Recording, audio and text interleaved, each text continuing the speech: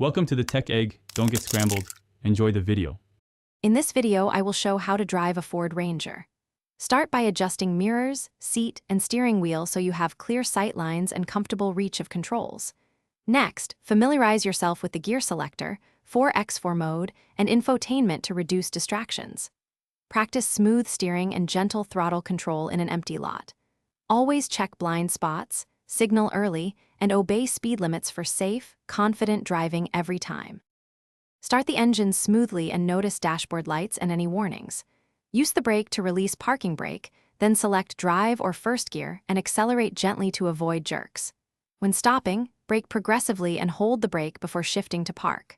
For hill starts, use hill hold assist or gently modulate clutch and throttle. Always scan intersections, maintain safe following distance, and keep hands at 9 and 3 for control. Understand payload and towing limits before loading the truck. Check tire pressure, suspension, and trailer connections to ensure safe towing.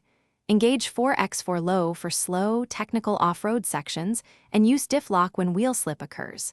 Descend steep slopes in low gear and avoid sudden braking. Keep recovery gear and a charger, and practice controlled throttle to maintain traction.